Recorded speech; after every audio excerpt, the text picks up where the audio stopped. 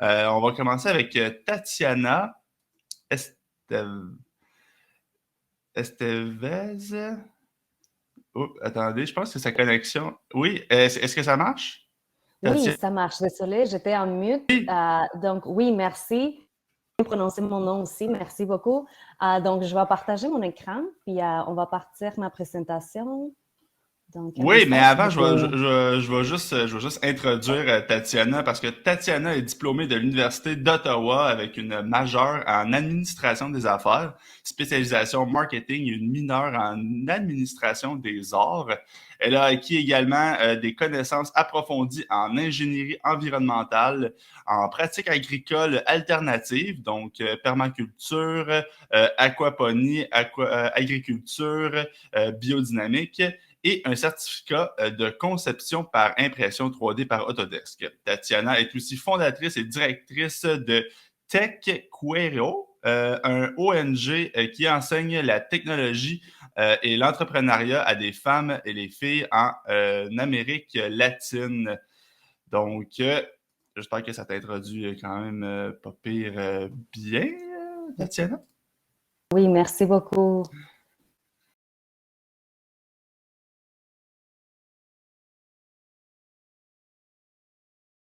Oui, c'est parfait. Donc, je vais me répéter un petit peu, je m'excuse, mais parfait, c'est parti. Bonjour encore une fois tout le monde, je m'appelle Tatiana, je suis la fondatrice PDG de Permalution, une start-up qui travaille dans la technologie de collecte d'eau, de brouillard et des nuages. Donc, encore une fois, la pluie se considère précipitation verticale, la nuage ou le brouillard, c'est la précipitation horizontale, puis on peut en tirer jusqu'à 3 fois plus d'eau qu'avec la pluie. Suivant, s'il vous plaît. Donc, encore un peu par rapport au problème, d'ici 2030, selon l'ONU, 2/3 de la population mondiale sera sous stress hydrique. Il y a déjà 14 pays en situation de sécheresse extrême. Les incendies de la forêt augmentent à chaque année. Et même au Canada, si on ne perçoit pas un manque d'eau, il y a plusieurs communautés de Premières Nations qui n'ont pas accès à l'eau sécuritaire encore aujourd'hui. Puis les incendies de la forêt augmentent à chaque année. Suivant, s'il vous plaît. Je fais clic puis je me rappelle pas. Oui, voilà. Donc, la solution, c'est le brouillard. Donc, on est en train de perturber l'industrie de l'eau avec notre technologie, les radars à eau et les collecteurs de brouillard. Ce sont les seuls modules sur le marché qui sont ignifuges, prêts à assembler et intégrés avec un système d'Internet des objets qui peuvent collecter de 150 jusqu'à 400 litres d'eau par jour par unité. Donc, suivant, s'il vous plaît. Donc, les radars à eau, c'est notre première étape pour tout projet. Donc, c'est un ensemble de senseurs météorologiques conçus pour analyser les brouillards en tant que source d'eau. Ça nous permet de savoir dans une aire déterminée combien d'eau on va en tirer de la pluie versus les brouillards, c'est quoi les rendements estimés, la qualité d'eau et quelques indicateurs dont on a besoin pour placer notre deuxième produit suivant, s'il te plaît. Merci. C'est les collecteurs de brouillard. Donc, c'est un module de 20 mètres carrés à peu près. On a deux versions de ces modules, les réguliers et les Phoenix. C'est la version ignifuge qu'on utilise pour la mitigation de feux de la forêt et de la conservation. Donc, c'est une technologie basée sur le biomimétisme. Ça ne prend pas d'énergie, sauf pour les côtés IoT ou Internet des objets. On a des petits panneaux solaires pour chaque sensor et les gateways, mais ça ne prend pas d'énergie à part ça pour fonctionner. Donc, on peut, encore une fois, produire de 150 jusqu'à 400 litres d'eau par jour par unité. Le plus qu'on a fait, c'est 300 litres en 6 heures. Et ça ne pose pas de risque à l'environnement. Donc, suivant, s'il vous plaît. Donc, nous sommes moins chers que les usines de dessalement, nous sommes plus efficaces que la pluie et plus sécuritaires que les sources souterraines. Suivant. Donc, aujourd'hui, on loue et on vend notre technologie. On a déjà travaillé avec des gouvernements, des instituts de recherche, des ONG et cette année, ça a été notre premier projet avec une entreprise privée, un des plus larges fournisseurs d'électricité en Amérique latine pour un projet minier au Pérou. Donc, on a fait de la conservation écologique dans des serres naturelles protégées au Mexique aussi, des mitigations de feu de la forêt, des masses d'eau artificielles remplies avec l'eau de brouillard qu'on tire de nos collecteurs. L'année prochaine, on veut faire notre premier projet d'agriculture dans les Caraïbes. Il y a beaucoup de brouillard aussi du côté, brouillard côtier. Puis, cette année, on a été approché par un centre de recherche qui étudie les changements climatiques. Apparemment, le brouillard est un indicateur très fort pour comprendre les changements climatiques. Donc, c'est le premier projet qu'on va faire. Je vais parler un peu plus après, qui n'a pas la collecte d'eau dans sa priorité principale. Disons, c'est surtout pour comprendre les changements climatiques par rapport au brouillard, mais on va aussi analyser les potentiels des collectes pour cette source d'eau. La région est quand même frappée par la sécheresse, donc on va faire ça aussi. Et puis, on a déjà commencé des conversations pour des projets résidentiels en Californie. À date, on a accumulé des lettres d'intention de plus de 250 unités. Puis, à cause de la demande qu'on commence à avoir, on a déjà commencé à transitionner de notre modèle d'affaires vers un service d'utilité ou fournisseur d'utilité d'eau. Donc, on va commencer à charger par paramètre ou mètre cubique d'eau à place de par technologie.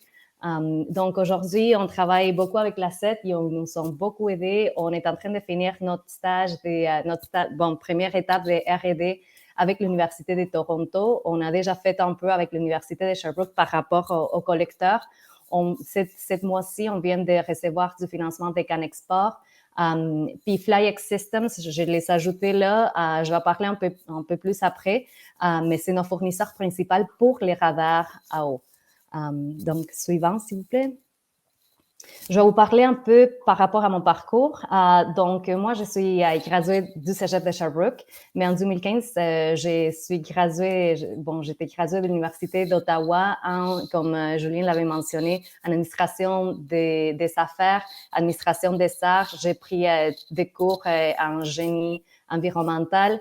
Puis après ma graduation, c'était toujours mon rêve d'aller faire du backpacking en Californie. Donc, je suis graduée, je suis partie en San Francisco pendant, je pensais, c'était 2 semaines, 3 semaines. Puis ça m'a beaucoup frappé d'apprendre. C'était la première fois que dans ma vie que je voyais en première personne une situation de sécheresse. Ça m'a beaucoup choqué la part économique qui se traduisait des coupures d'irrigation. Puis ça m'a choqué surtout d'apprendre qu'il y avait des fermiers qui s'enlevaient leur vie à cause de coupures d'irrigation causées par la sécheresse. Donc, j'étais à San Francisco, j'ai regardé par la fenêtre, je voyais rien à cause du brouillard, puis c'est là que l'idée était venue. Techniquement, c'est des tonnes d'eau qui passent par-dessus notre tête. Qu'est-ce qu'on fait avec ça? Donc, j'ai parti par Malusion.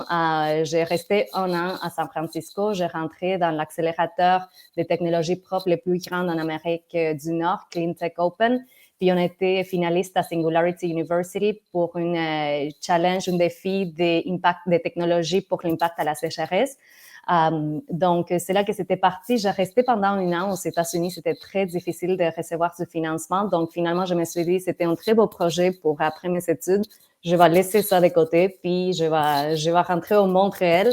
Donc, en 2016, j'ai rentré à Affaires mondiales Canada, puis c'était dans un programme de villes soutenables à l'international. Donc, j'avais un contrat de 9 mois pour aller au Mexique et j'avais commencé tout un projet pour transformer des terrains abandonnés à des jardins urbains. On a fait des pharmacies vivantes, des forêts comestibles, édibles, puis des autres projets, des jardins d'entrepreneuriat et tout ça. C'était très, très le fun. J'étais invitée à faire des projets en technologie pour des smart cities. On a fait un projet qui s'appelait les radars. C'était pour cartographier les gens qui se déplaçaient irrégulièrement ou des immigrations illégales qui passaient d'Amérique du Sud au Mexique. Donc, c'était pour les savoir où ils étaient puis qu'est-ce qu'ils avaient besoin. Si on ne sait pas où ils sont puis qu'est-ce qu'ils ont besoin, on ne peut pas les aider. Puis après, on a lancé, c'était un autre projet, ça s'appelait Red Verde. C'était comme un Tinder pour les jardins urbains. Donc, s'il y avait quelqu'un qui avait un jardin puis voulait changer des carottes, il y avait des gens qui pouvaient faire des matchs puis changer ses légumes. C'était en plateforme des réseaux sociaux. On a reçu du financement aussi pour développer ça. Puis en 2017, j'étais invitée au laboratoire d'innovation des objectifs de développement durable de l'ONU. J'étais nommée une des talents pour l'objectif de développement durable numéro 6. Puis, j'ai développé une plateforme hybride pour lever des problèmes d'eau dans des communautés où ils savent pas, où ils n'ont pas les connaissances pour approcher leurs directeurs ou leurs représentants politiques ou municipaux. Donc, c'était un très beau projet. On était finaliste aussi à Danemark, en Copenhague, pour ce projet-là. Puis en 2018, j'étais invitée à devenir Head of Innovation ou chef d'innovation pour l'incubateur, c'est pas l'incubateur, le centre d'innovation de Bosch au Mexique, au Guadalajara.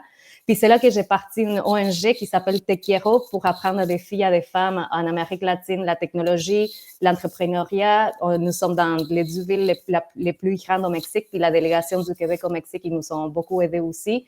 Puis je suis devenue aussi leader pour les cercles de développeurs de Facebook à Guadalajara. Donc, c'est plus de 3500 développeurs qui utilisent les technologies de Facebook. Et puis, on a parti aussi un projet de FarmBot. C'est comme une ferme en CNC, comme une impression 3D, mais traduit dans les jardins. C'est un bras mécanique qui va mettre la semence puis changer l'option pour faire l'irrigation, puis pour filmer la semence, c'est tout automatisé. C'est open source, c'est un projet qui avait commencé en Californie, on l'a mené au Mexique, c'était très le fun.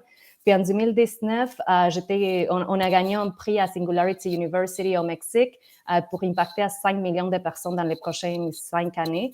Puis on a gagné un prix aussi, encore une fois, au laboratoire d'innovation des objectifs de développement durable. Maintenant, avec Permalution, il y avait quelqu'un qui avait entendu parler du projet. Donc, c'est là, en 2020, grâce à ces prix, on a été capable de travailler temps plein avec Permalution. On a reçu aussi du financement de la Fondation Roddenberry. On a commencé notre R&D avec l'Université de Sherbrooke. On a rentré à Forsyth. Puis, j'ai commencé aussi à donner du mentorat des étudiants en génie à McGill pour les challenges bicentennials. Donc, maintenant, on travaille avec la CET. On a reçu aussi des prix du BMO. Puis, on est bien plugué dans l'écosystème de CleanTech. Suivant, s'il vous plaît. Puis maintenant, on va parler surtout par rapport au radar d'eau. Donc, c'est pendant que j'étais à Singularity University que j'ai rencontré un de mes mentors qui était en électronique. C'était une personne qui était graduée de l'Université de Stanford, puis il avait parti son projet, son start-up en IoT, puis faisait toutes sortes de solutions électroniques météorologiques. Donc, on a parlé de ce qu'on avait besoin pour le radar. Il nous amène l'ensemble des senseurs. Puis nous, on monte ce radar que vous voyez là. On travaille aussi, maintenant, on fait un modèle prédictif basé avec toutes les données de notre radar à eau, avec des informations aussi des systèmes d'information géographique et des données satellites. Nous sommes en train de construire ce qu'on appelle un modèle prédictif. On travaille avec la communauté des Data Lab au Mexique, qui c'est déjà en sciences des données, puis l'Université de Waterloo.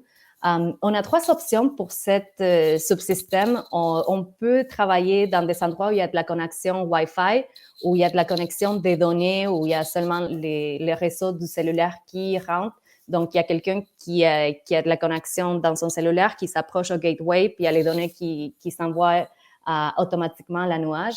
Puis, on a déjà travaillé aussi dans des environnements où il n'y a aucune connexion, pas de connexion électrique, pas de connexion de réseau Internet mobile, aucunement. Donc, on peut s'adapter aux 3 situations, soit en créant une signal complètement nouvelle, c'est quand même plus cher lorsqu'on n'a pas de connexion. Lorsqu'on trouve une connexion proche d'un endroit ou une ville, on peut étirer un peu la signal et puis essayer de la prendre avec notre radar. Sinon, on a déjà travaillé dans des régions complètement éloignées où il y a une personne qui doit tirer la SD card puis elle la plug dans son ordi, elle download toutes les informations puis elle redonne la mémoire au radar. Puis c'est moins recommandé parce qu'on aime ça avoir les données à temps réel, mais c'est quand même, ça nous permet de faire des projets où il y a pas d'autres sources qui peuvent se rendre. Ça, c'est un peu tout ce qu'on lève avec notre radar, où les données les plus importantes, en tout cas, c'est la pression atmosphérique, l'humidité, du sol, environnemental, la lumière, puis quelques autres choses dont on a besoin pour se faire. Puis suivant, on va passer aux autres informations. Il y a des autres domaines d'expansion. Je vais parler un peu plus par rapport à l'Atlas du brouillard. Avant la pandémie, on avait déjà commencé avec la technologie des semences de nuages. Ça nous permet de former des nuages ou du brouillard un peu partout dans le monde, puis les collecter stratégiquement. Puis on a déjà commencé des conversations pour transitionner des camps de réfugiés à des sources d'eau soutenables. Donc, puis on a déjà la date de dépôt pour les modèles prédictifs. Donc, on va breveter les côtés logiciels, notre algorithme. Puis, on a déjà une date de dépôt de brevet. Merci à Seth. Donc, suivant, on va passer au côté Atlas du brouillard un peu plus. Donc, de la façon qu'on fait ça, c'est on prend toutes les données de nos radars dans des différents projets. Puis, on prend aussi les données des systèmes d'information géographique avec ceux qu'on travaille et des données satellites. Donc, on fait ces modèles prédictifs, on trouve l'équation du brouillard, puis c'est où que cette équation elle se trouve dans le monde, elle se remplit, on dirait. Puis c'est là qu'on va être capable d'analyser des projets à niveau global et local. Donc aujourd'hui, à chaque fois que quelqu'un veut un projet avec nous, on doit passer l'endroit géographique par des différents layers ou plateformes pour avoir quelque chose comme vous voyez ici, qu'on avait fait pour la Colombie. Tout ce que vous voyez en rose, c'est des endroits où on peut en collecter du brouillard significativement. Donc ça nous prend du temps à faire, mais avec ça va être automatiquement presque. Donc, c'est ça, l'Atlas du brouillard, c'est un outil qui va être unique, qui est unique dans le monde. Donc, suivant. Et puis, je voulais en parler un peu plus par rapport au projet en Basse-Californie pour l'Observatoire des changements climatiques. Donc, on va mettre un réseau de surveillance avec nos radars à eau pour le système de upwelling côtier. Je suis désolée, les noms techniques, ça m'échappe en français. Donc, d'un côté, on va analyser les brouillards en tant que changement climatique, puis de l'autre côté, en plan B, on va analyser les potentiels de collecte dans la région de Basse-Californie Sud. De ce qu'on a parlé avec les gens en recherche, plus que les climats vont changer, plus qu'on va avoir du brouillard et lorsque les pluies vont diminuer, les brouillards vont augmenter aussi. Donc, c'est quelque chose c'est des hypothèses qu'on va vérifier avec eux. Puis, on a des plans pour élargir ces observatoires en changement climatique à niveau planétaire. Donc, nous avons déjà ciblé des endroits dans la planète où ce serait très intéressant d'installer des autres radars d'eau. Puis, éventuellement, comme troisième étape, on veut développer un schéma agro-industriel pour favoriser la reconversion agricole. Donc, arrêter d'utiliser tellement de l'eau souterraine en Basse-Californie Sud. On est en train de définir les réservoirs. Puis, aider aux gens d'utiliser cette source d'eau qui est plus soutenable et pose pas de risques aux environnements comme les eaux souterraines. Donc, suivant, s'il vous plaît. Ça, c'est le lien principal de recherche à l'Université de Basse-Californie Sud. Suivant, s'il vous plaît. Ça, c'est quelques reconnaissances et prix. Donc, Alex m'a motivé à parler un peu de nos achèvements. Ça, c'est un peu de ce que je vous ai parlé. Récemment, on a été dans Québec Science, on a été dans un article au Québec Science à l'édition d'octobre-novembre. On a été à Radio-Canada les mois passés aussi, puis aussi à Radio-Télévision Suisse il y a quelques semaines. Donc, si vous voulez en savoir plus, vous pouvez nous googler. Il y a beaucoup de contenu qui est déjà là. Puis, suivant.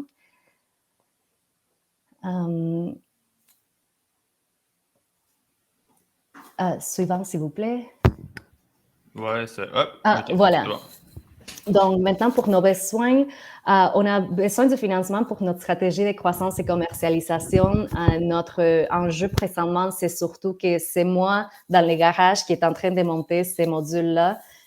Puis, je peux en produire soit 2 par mois. On veut en produire 10 à 30 pour combler notre demande. Donc, ça, c'est une saute qui est pas facile à faire. On doit couvrir nos brevets, les normes pour la production et nous positionner pour la production en échelle. Donc, on cherche aussi des partenaires stratégiques. On a déjà parlé un peu avec Nabil à Digico, donc on aimerait ça partir quelque chose éventuellement ici au Québec. Ça va être l'année prochaine, on vise notre premier projet en Gaspésie. Peut-être on va faire la bière avec du brouillard. On est en train de voir quelle activité économique on peut faire là-bas. Donc, c'est ça, on cherche toujours des partenaires stratégiques, du financement ou des bonnes pratiques, bonnes expériences à nous recommander aussi. Et puis, suivant. Et voilà, c'est tout pour aujourd'hui. Merci pour votre patience avec les problèmes techniques aujourd'hui. Merci Julien, merci Alex pour l'invitation. Puis si vous avez des questions, je suis contente de vous répondre. Un très gros merci, Tatiana. C'est super intéressant. Un très, très beau projet, là, sérieusement. On va aller voir dans le chat s'il y a des questions.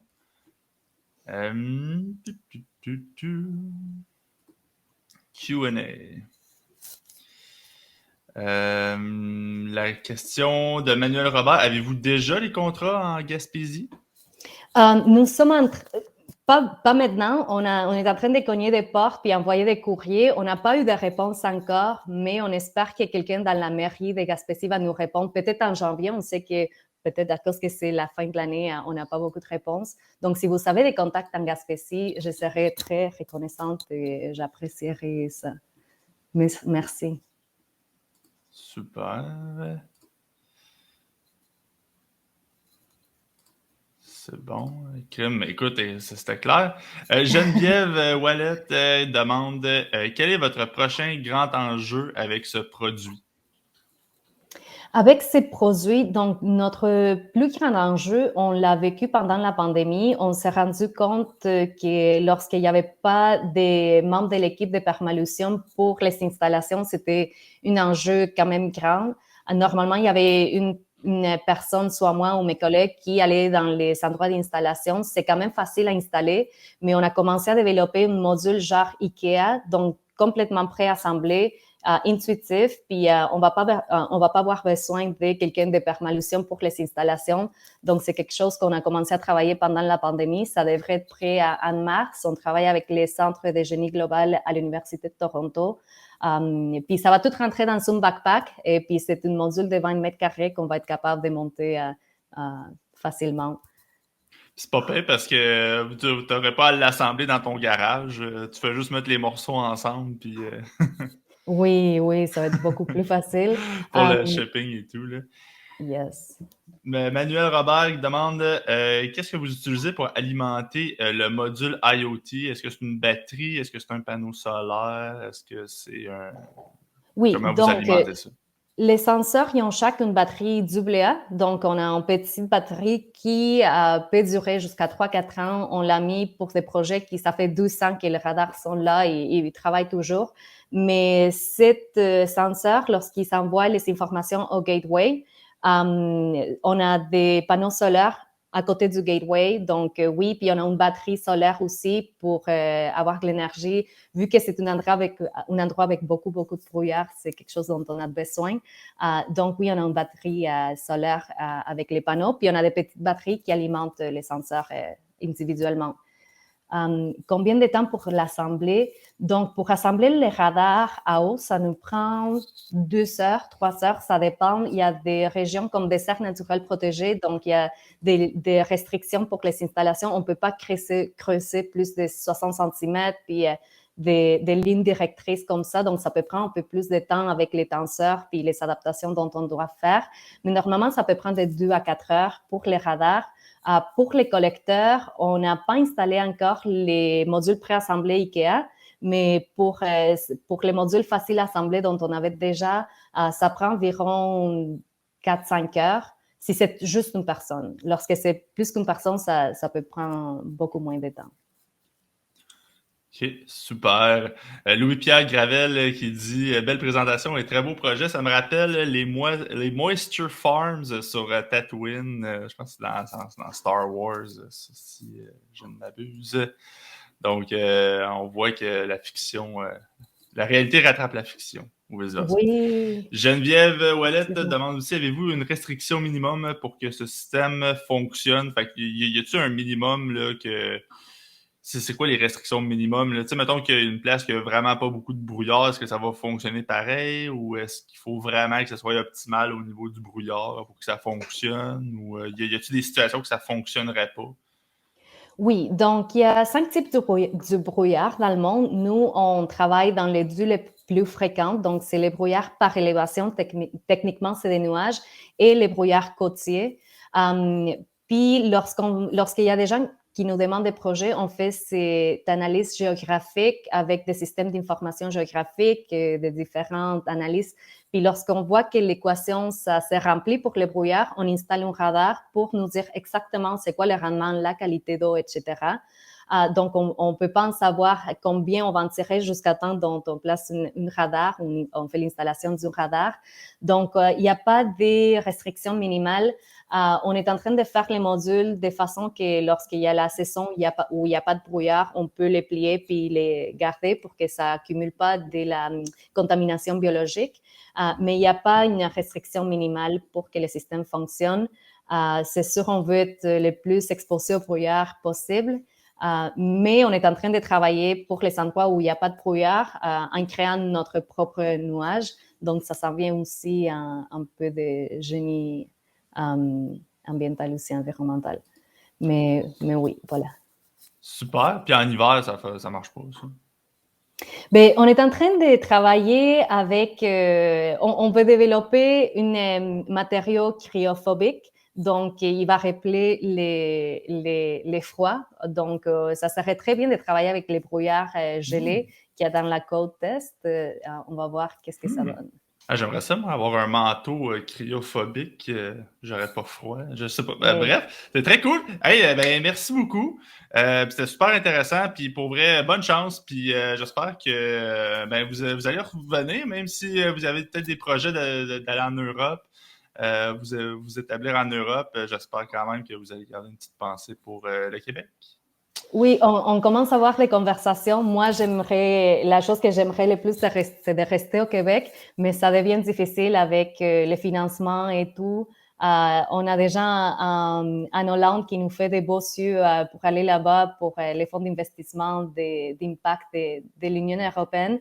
Mais si vous savez des informations je sais que la MEI aussi est ici, Ouais, je vais poser des questions après, mais ça serait tellement cool de rester ici, ben même si ouais, on s'en va ben quelque ouais. part d'autre, On a d'avoir des beaux notre yeux base. ici aussi, là. On est capable de faire des beaux yeux. Écoute, tout le monde, on pitch in un peu, là. On est capable, on est capable.